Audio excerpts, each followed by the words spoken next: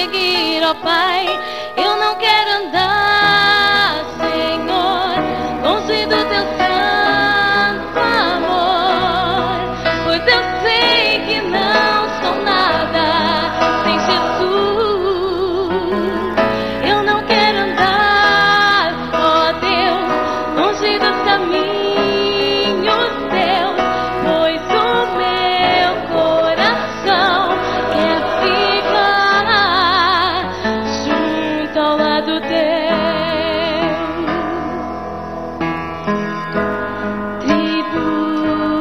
Tribulações virão, mas creio em ti. Tu és meu guia. Desde agora até o fim,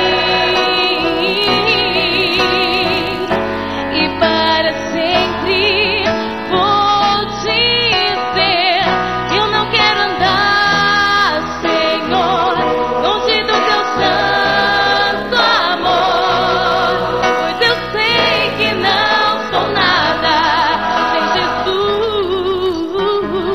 Eu não quero andar, ó Deus, longe dos caminhos teus, pois o meu coração quer ficar junto ao lado teu, sem teu calor, sem tua paz. Eu não viveria, só teu amor satisfaz dia após dia.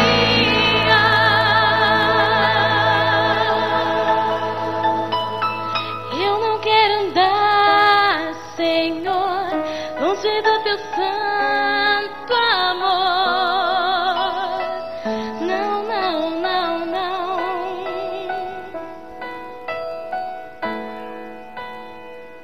Eu não quero andar, Senhor, longe do teu santo amor, pois eu sei que não sou nada sem Jesus. Eu não quero andar, ó Deus, longe dos caminhos teus, pois o meu coração quer ficar junto ao lado teu.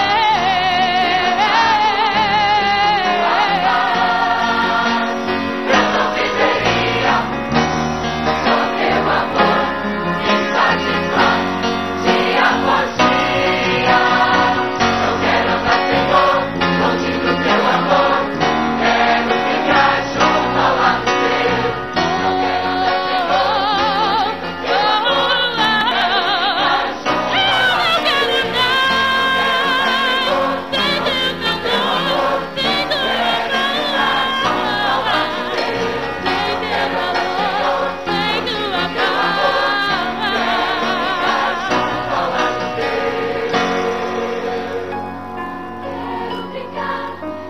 quero ficar junto ao lado teu. Quero ficar junto ao lado teu.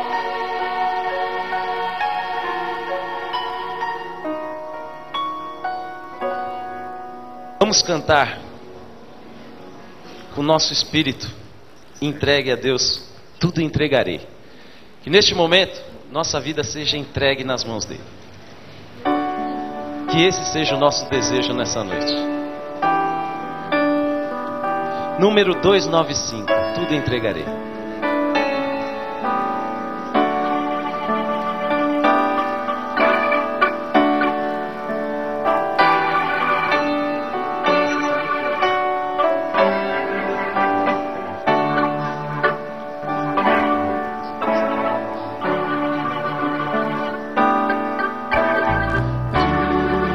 Tudo, Cristo, a ti entrego.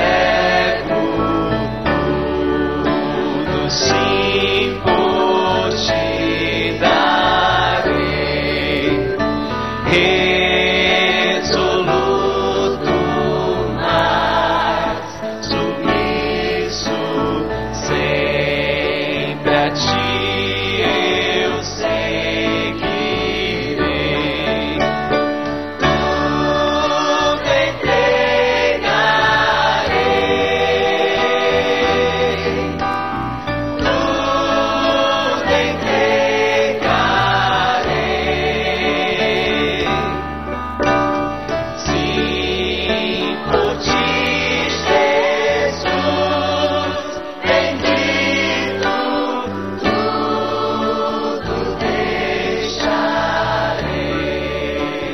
muito lindo.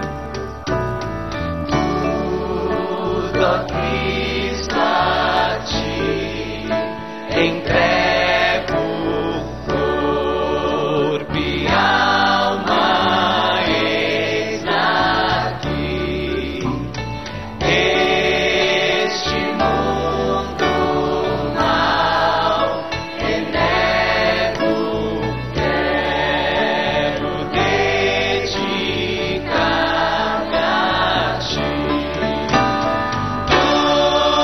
Tudo entregarei,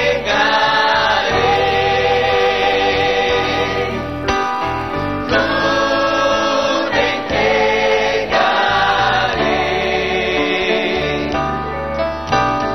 Sim, por ti, Jesus, bendito, tudo deixarei. Vamos ouvir só a igreja cantando a capela. Cristo a ti entrego, que prazer, ó meu Senhor,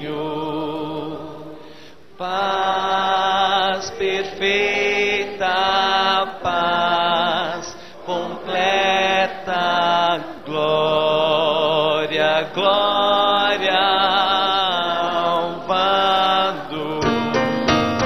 Tudo entregarei,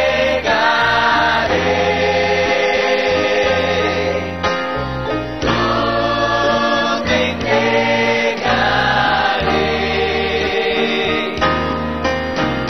Sim, por ti, Jesus, bendito, tudo deixarei.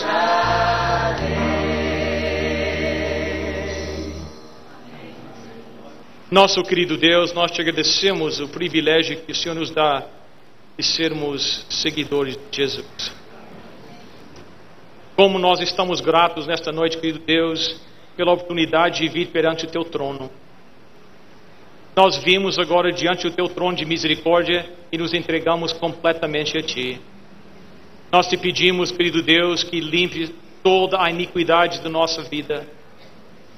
Tira tudo da nossa vida que pode servir de obstáculo para nós e nos transforma em verdadeiros seguidores de Jesus.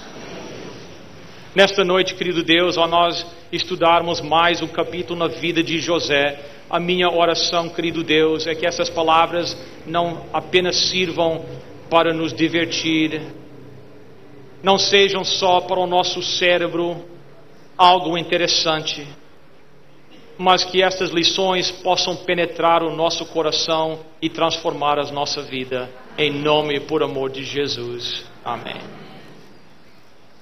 Ele nasceu na cidade de Columbus, no estado de Ohio, no ano 1890. Ele era o terceiro de 8 filhos. Aos 11 anos de idade, ele teve que deixar a escola. As despesas em casa eram tantas que ele teve que contribuir. Ele arrumou um emprego, ganhando apenas $3,50 por semana. Aos 15 anos, ele se interessou por automóveis e foi arrumar um trabalho numa oficina de mecânico. Lá ele ganhou $4,50 por semana. Ele percebeu logo que sem escola, sem instrução, ele não ia longe na vida. Então ele se inscreveu num curso de correspondência de mecânico. E cada noite após o seu trabalho, ele se sentava na mesa da cozinha com a luz de uma lâmpada de querosene, e lá ele preenchia todas aquelas lições, verificando se tudo estava correto. O seu próximo passo na vida ele já tinha planejado há muito tempo.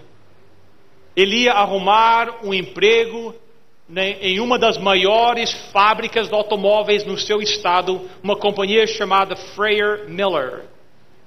Um dia ele se dirigiu à companhia e lá dentro da oficina, trabalhando num carro, estava o dono daquela fábrica, o senhor Lee Freyer. Ele não se apercebeu do rapaz, só após alguns minutos é que ele viu que o rapaz estava lá em pé ao lado dele. O senhor Lee Freyer olhou para o rapaz e perguntou: o que é que você quer? O jovem respondeu: eu quero apenas informá-lo que amanhã eu venho trabalhar para a sua companhia. O dono falou: ah, é? Quem o empregou? O jovem respondeu: ninguém.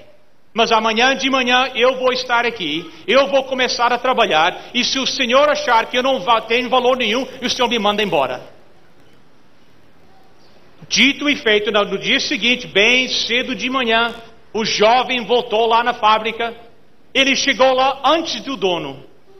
Ao ele entrar na oficina, ele viu que o chão estava coberto de pedaços de metal e graxa. Ele pegou uma vassoura e começou a limpar aquela fábrica. O futuro daquele rapaz era previsível.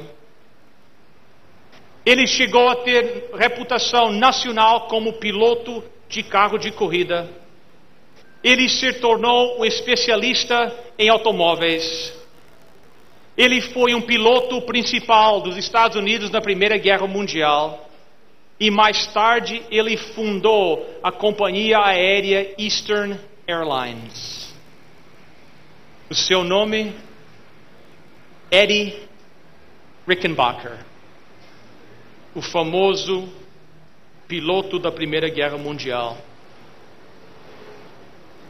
Não é interessante como tanto resultou do início aparentemente sem sucesso?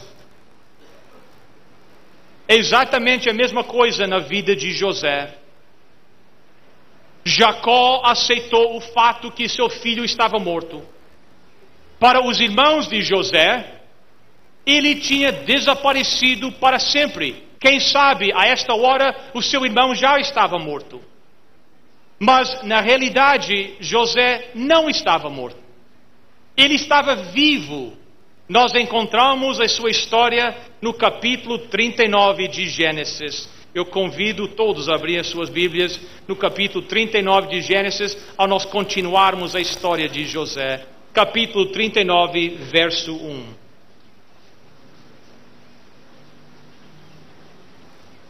E José foi levado ao Egito, e Potifar, eunuco de Faraó, capitão da guarda, varão egípcio, comprou-o da mão dos ismaelitas que o tinham levado lá. A Bíblia diz que José agora se encontra num país e dentro de uma cultura não conhecida por ele. Ele está cercado pelo idioma que ele não entende. Este jovem, este filho amado de Raquel, este filho preferido de Jacó, foi vendido no Egito como um escravo simples. Aparentemente, a situação dele agora era pior do que quando ele se encontrava no poço seco, jogado lá pelos seus irmãos. Imagine só a situação de José. Ele foi agarrado pelos seus irmãos. Eles arrancaram aquela túnica que o pai o tinha dado. Eles jogaram ele dentro de um buraco sujo, dentro de um buraco escuro. Ele saiu daquele buraco só para ser vendido como escravo para os mercenários indo para o Egito, uns comerciantes grosseiros. Lá no Egito, ele foi vendido como uma mercadoria barata. Imagine as mudanças, os ajustamentos que este jovem teve que encarar. nós lemos no relato em Gênesis que ele foi vendido para um homem chamado Potifar, capitão da guarda. Algumas das traduções o chamam de chefe dos executores. Não importa o título que Potifar tinha, este era um homem sério, este era um homem com quem não se podia brincar. Ele era um homem com experiência militar. Ele era um homem que tomava decisões sobre quem ia viver e quem ia morrer. José, a Bíblia diz, não somente conseguiu se ajustar à sua nova situação, ele se saiu muito bem na nova situação. Por quê? A razão nós encontramos no segundo versículo de Gênesis 39. O Senhor estava com José. Essa mesma frase aparece muitas vezes na história de José. E essa frase é a razão pela qual José teve o seu sucesso. O Senhor estava com José. E foi varão próspero. E estava na casa do seu senhor egípcio. Vendo, pois, o seu senhor, que o Senhor estava com ele, e que tudo o que ele fazia, o Senhor prosperava em sua mão, José achou graça em seus olhos e serviu. Ele pôs sobre a sua casa e entregou na sua mão tudo o que tinha. Continuamos lendo lá. Gênesis 39. E aconteceu que desde que pusera sobre a sua casa e sobre tudo o que tinha, o Senhor abençoou a casa do egípcio por amor de José. E a bênção do Senhor foi sobre tudo o que tinha na casa e no campo. E deixou tudo o que tinha na mão de José, de maneira que nada sabia do que estava com ele, a não ser do pão que comia. E José era formoso de parecer e formoso à vista. Que promoção enorme! José foi de um escravo comum, quem sabe entre dezenas de escravos na casa de Potifar. Ele foi de um escravo comum para governante da casa daquele líder militar egípcio, o líder mais importante no Egito. Deus estava por trás daquilo que estava acontecendo com José. Deus abençoou a casa de Potifar e todos os seus bens. Grande sucesso promove grande confiança, e José certamente prosperava. Potifar deixou tudo nas mãos de José. Potifar apenas se preocupava com a comida que ele ia comer. O resto estava tudo nas mãos de José. Que confiança ele tinha naquele escravo. Aqui está um escravo que merecia respeito e confiança. E como resultado disso, Potifar entregou tudo a ele. Tudo estava nas suas mãos. Eu entendo com isso que José determinava sua própria agenda. Ele organizava todos os bens de Potifar. Ele administrava as finanças daquele líder militar. Potifar colocou tudo nas mãos de José. Tudo. E o Espírito Santo, que orientou todos os textos bíblicos, certamente selecionou as suas palavras de maneira sábia e precisa. Assim nós lemos que em Gênesis 39, verso 6, termina com uma frase significativa e muito interessante. E José era formoso de parecer e formoso à vista.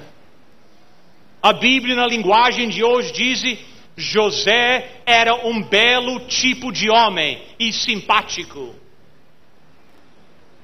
Essas palavras para descrever a aparência física de José aparece apenas 4 vezes no Antigo Testamento.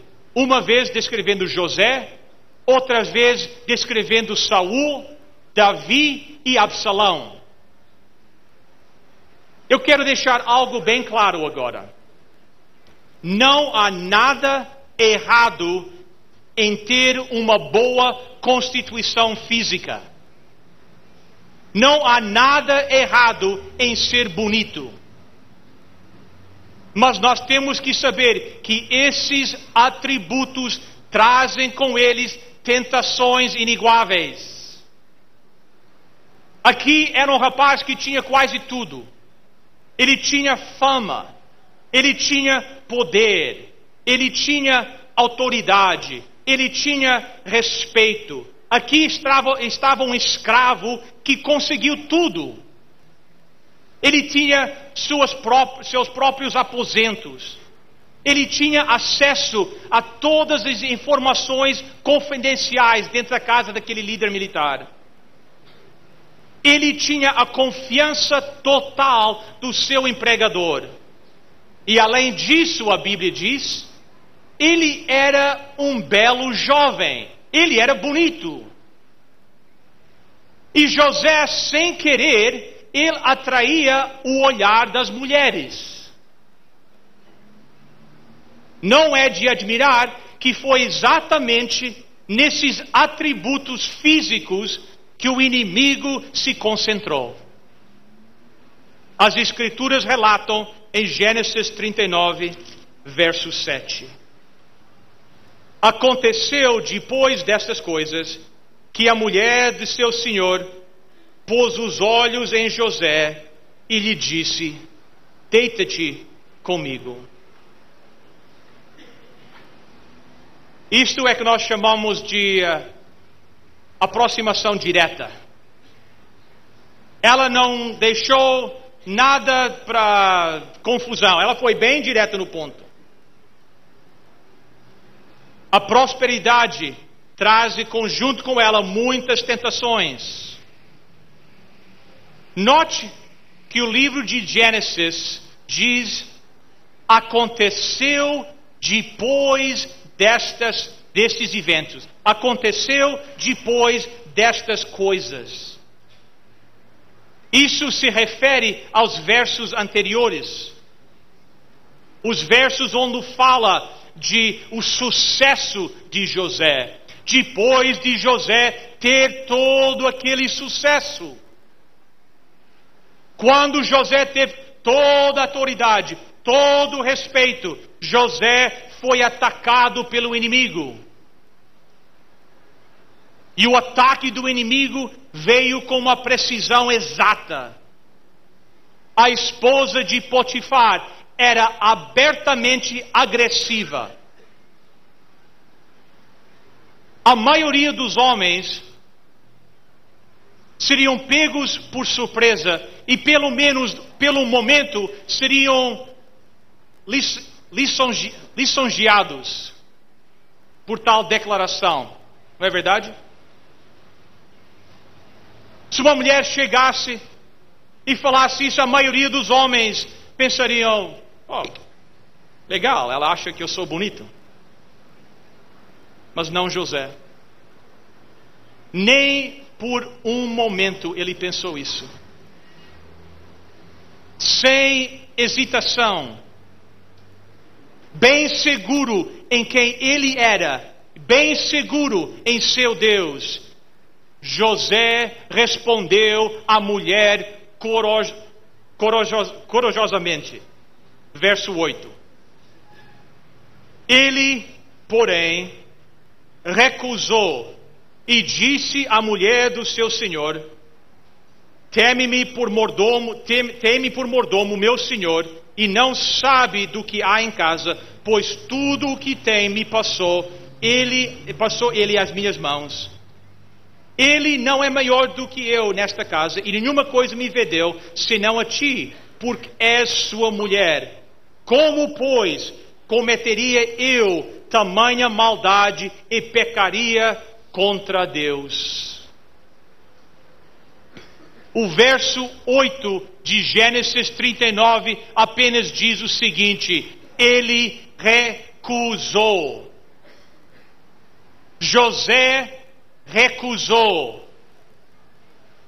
Amigo, se você esquecer tudo quanto eu falar esta noite, lembre-se de estas duas palavras: ele recusou. Aqui estava uma mulher egípcia. Ela estava oferecendo o seu corpo a este jovem judeu. E a Bíblia diz: ele recusou. Ele disse não. Como é que será que José resistiu tal tentação? Em primeiro lugar, José era leal ao seu chefe. Em segundo lugar, José era leal a seu Deus. Como pode um rapaz normal, de 20 e poucos anos, como é que ele pode dizer não? Como é que ele pode recusar? José sabia que sua vida era um livro aberto perante Deus. José disse: isto é um grande pecado diante de meu Deus. E ele se afastou. Você pode estar pensando nesta hora: que bom que José se afastou. Já passou a tentação. Ele recusou, agora passou. Se eu seguir o exemplo de José, e se eu recusar a tentação uma vez, a tentação vai embora para sempre. Será? Vamos continuar a ler, verso 10. Falando ela a José todos os dias, e não lhe dando ele ouvidos para se deitar com ela e estar com ela. A esposa de Potifar não aceitou a resposta negativa de José. Esta mulher não estava a fim de ser ignorada. Por isso a Bíblia diz que dia após dia ela continuou pressionando a José. Esta mulher não estava preocupada com a santidade do seu matrimônio. Ela não estava preocupada na confiança que o seu marido tinha colocado naquele jovem. Ela só queria agradar a si mesmo. Amigo, se você imagina que a tentação, uma vez resistida, vai desaparecer para sempre, mude de ideias. Nós devemos de lembrar que são as pessoas de respeito que Satanás quer derrubar. São os líderes dentro da igreja que Satanás quer atacar. São as pessoas que outras pessoas acham são pessoas responsáveis, pessoas de confiança. São essas pessoas que Satanás quer acabar. São essas pessoas cuja vida Satanás quer destruir. Mas José recusou. Se ele tivesse o menor interesse nesta mulher, seria a sua ruína. Uma vez que a brasa da cobiça começa a arder, a cena retratada em Tiago capítulo 1 se torna realidade. Abram suas Bíblias em Tiago capítulo 1, por favor. Tiago capítulo 1, verso 13 e 14. Lá nós lemos o seguinte: ninguém sendo tentado diga, de Deus sou tentado, porque Deus não pode ser tentado pelo mal, e a ninguém tenta, mas cada um é tentado quando atraído e engodado pela sua própria concupiscência. Irmãos, a realidade é que na sociedade em que nós vivemos, é quase impossível nós escaparmos de cenas de sedução, porque todo lugar onde nós andamos, perante os nossos olhos, apenas aparecem essas cenas. Eu peguei um relatório que foi um estudo feito na Universidade de Califórnia, acerca de programas de televisão no horário nobre nos Estados Unidos. Não sei como é que é aqui no Brasil. Mas de acordo com esse estudo feito na Universidade de Califórnia, 66% dos programas da televisão na hora nobre contém algum conteúdo sexual. 66%. 62% de todas as cenas que aparecem na televisão, 62% de todas as cenas têm algo a ver com o sexo.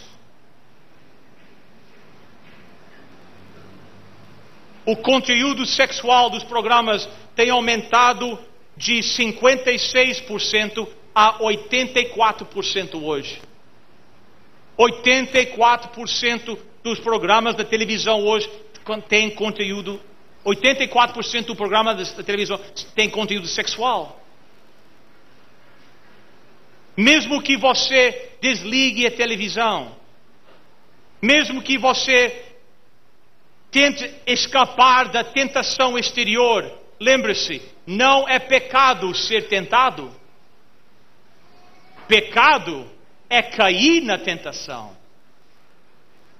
A esposa de Potifar levava a tentação dia após dia, dia após dia, e José resistia. Ele chegou ao ponto de não somente ignorar a mulher, ele chegou ao ponto que ele nem queria estar onde ela estava. Ele procurava se desviar dela, não se encontrar no mesmo lugar com ela. José já tinha rejeitado essa mulher tantas vezes, que finalmente ela preparou uma armadilha para ele. Gênesis 39, versos 11 e 12.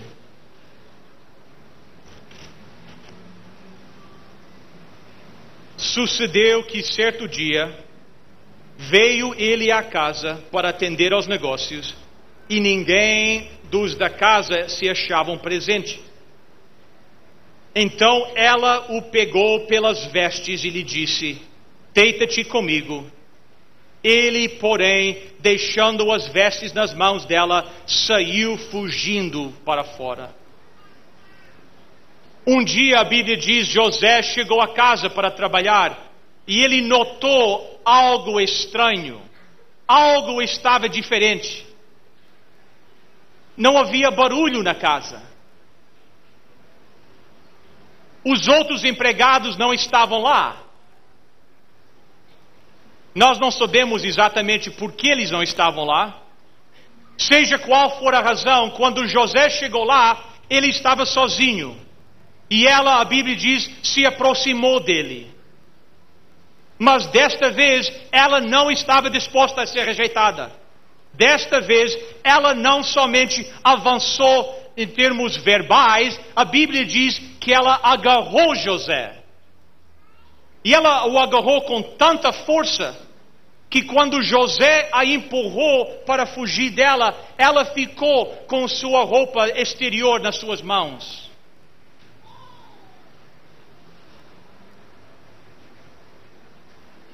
Irmãos, aqui a Bíblia nos dá uma imagem bem clara. A Bíblia diz, quando nós enfrentamos tentação sexual, a Bíblia nos dá uma ordem: é para correr, é para fugir. José fugiu, ele correu. Se você está enfrentando tentação sexual, a Bíblia diz: corra.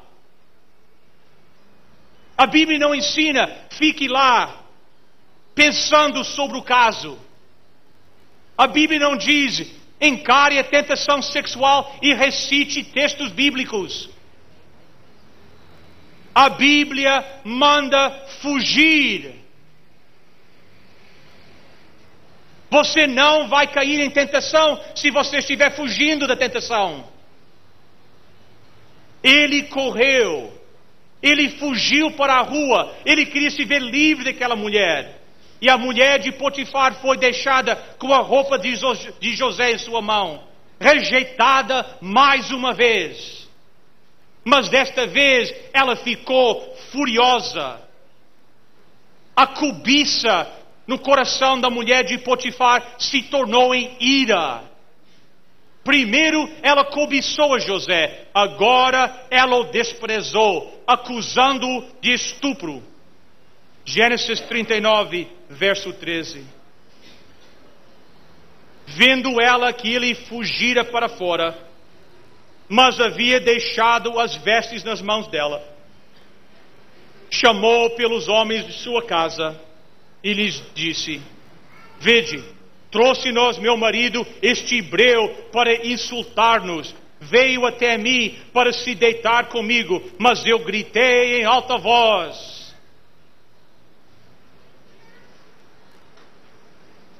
Esta mulher rejeitada, agora ela busca vingança. E para conseguir isso, ela arquitetou um plano falso contra José.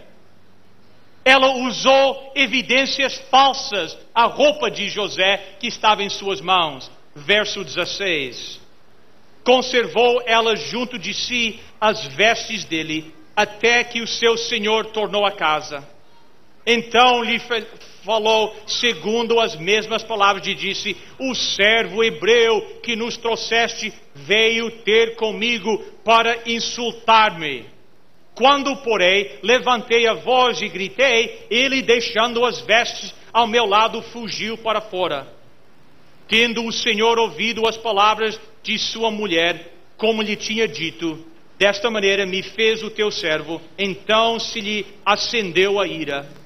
E o Senhor de José o tomou e o lançou no cárcere, no lugar onde os presos do rei estavam encarcerados. Ali ficou ele na prisão. É impossível ler o relato bíblico sem sentir pena de José. José merecia um prêmio. José merecia algo de valor. Ele não merecia ser tratado de tal maneira. Deus, por favor, recompense esse jovem. Recompense. Ele fugiu da tentação. Ele fez exatamente aquilo que tu esperas dos teus filhos. Mas ainda não tinha chegado a hora para Deus. Deus não é como nós. Deus age com paciência.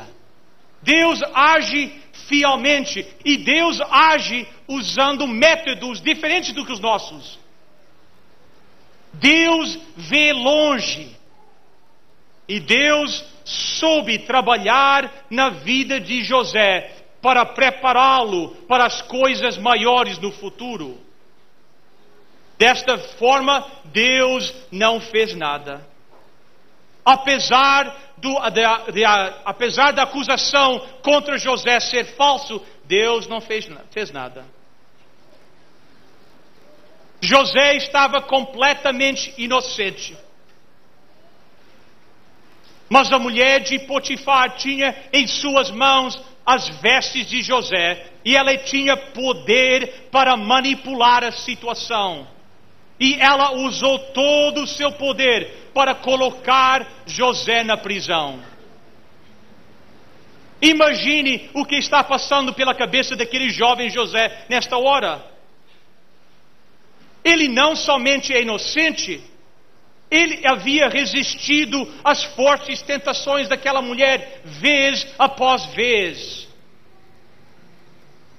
O que é que está acontecendo, Deus? Irmãos, José não tinha lido ainda Gênesis capítulo 41. Ele não sabia que dentro de alguns anos ele seria o primeiro-ministro do Egito. A única coisa que ele sabia é que ele fez exatamente aquilo que Deus espera e ele agora se encontrava na prisão. Um preso inocente. Ele não entendia. Mas José sentiu a mão de Deus em sua vida. Verso 21. O Senhor, porém, era com José. Ele foi benigno e lhe deu mercê perante o carcereiro, o qual confiou às mãos de José todos os presos que estavam no cárcere, e ele fazia tudo quanto se devia fazer ali. E nenhum cuidado tinha o carcereiro de todas as coisas que estavam nas mãos de José, porquanto o Senhor era com ele, e tudo o que ele fazia, o Senhor prosperava. Você notou a frase-chave aí? Você viu a frase-chave? O Senhor estava com José. A mão de Deus estava sobre José. Deus estava cuidando de José. Mas o relacionamento era recíproco. É assim que vocês falam? Era recíproco. Deus abençoava José, mas José obedecia a Deus. Em vez de estar bravo, em vez de estar rancoroso, José continuou servindo a Deus. E como resultado, a Bíblia diz, ele prosperou mesmo na prisão.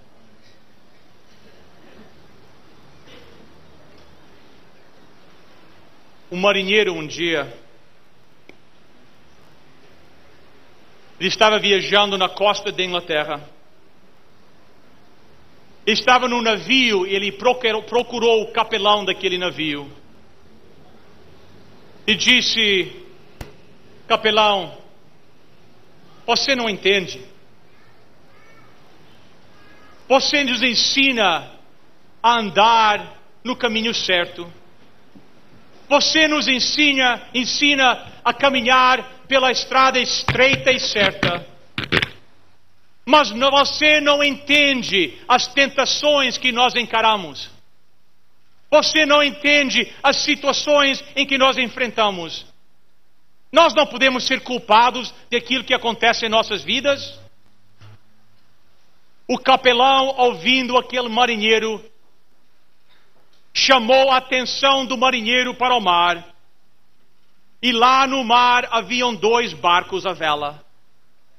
2 barcos se movimentando, com as velas batendo contra o vento. Um dos barcos se dirigia para o oeste e o outro barco se dirigia para o leste. O capelão olhou para aquele marinheiro e disse: marinheiro, não é o vento que determina a sua direção. Não é o vento, mas é a posição das velas. Amigo, você tem a sua vela direcionada para obedecer a Deus?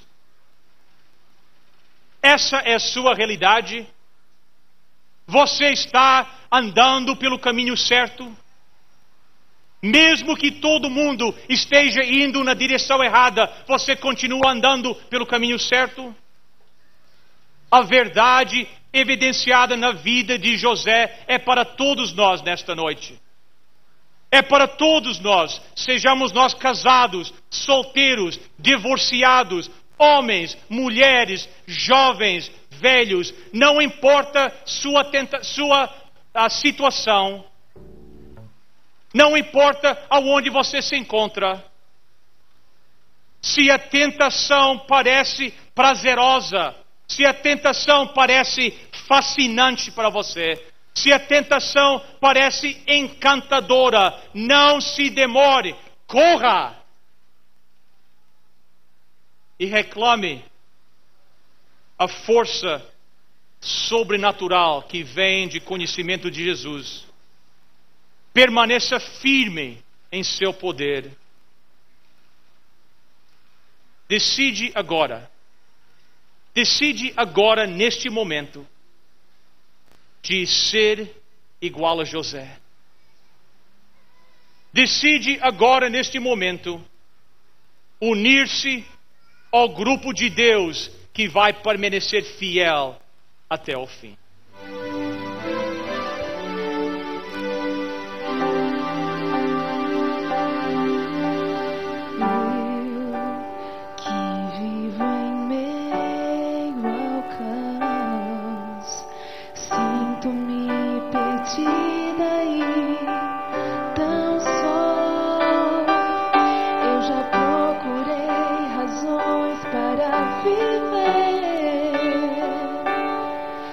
Mas eu sei que há um novo amanhecer. Essa paz inexplicável posso achar. O poder que vem da cruz, Cristo me dará vida eterna, muito mais do que pensei. Tua graça é para mim como uma fonte a jorrar vida eterna. Eu sei que posso receber se abrir meu coração. Cristo me dará vida eterna.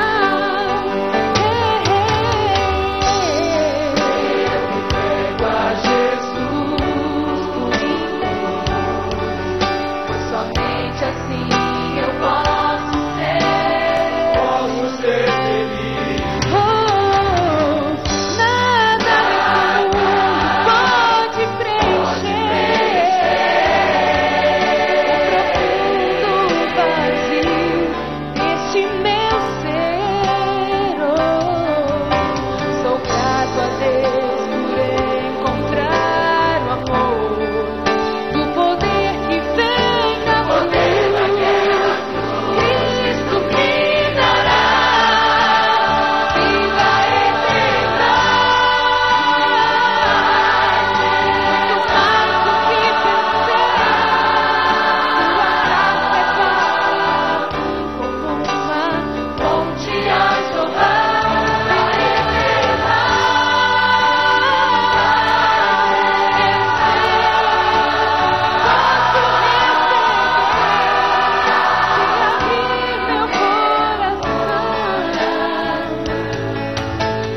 Cristo me dará. Procurava uma resposta, eu procurava uma luz. E só encontrei em Jesus.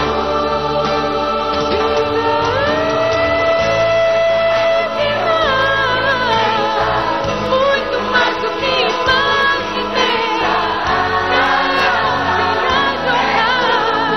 Eu sei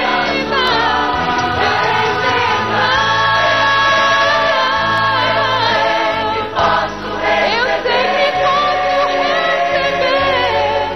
se abrir meu coração.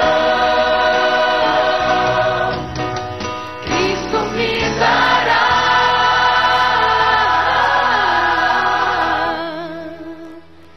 vida eterna,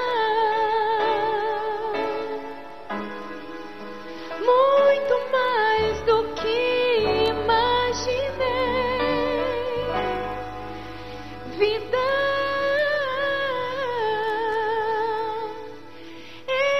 eterna.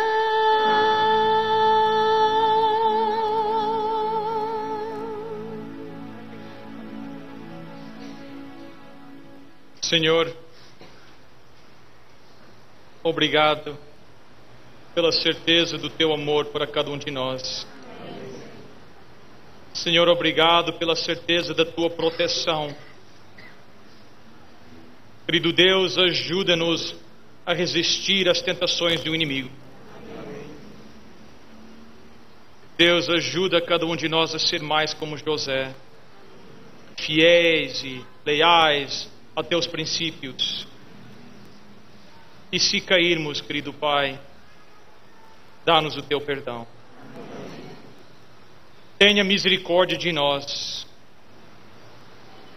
Abençoe cada pessoa neste auditório nesta noite. Abençoe cada pessoa assistindo por televisão nesta noite. Que cada um de nós possa ter a certeza da tua presença em nossa vida. Em nome e por amor de Jesus. Amém.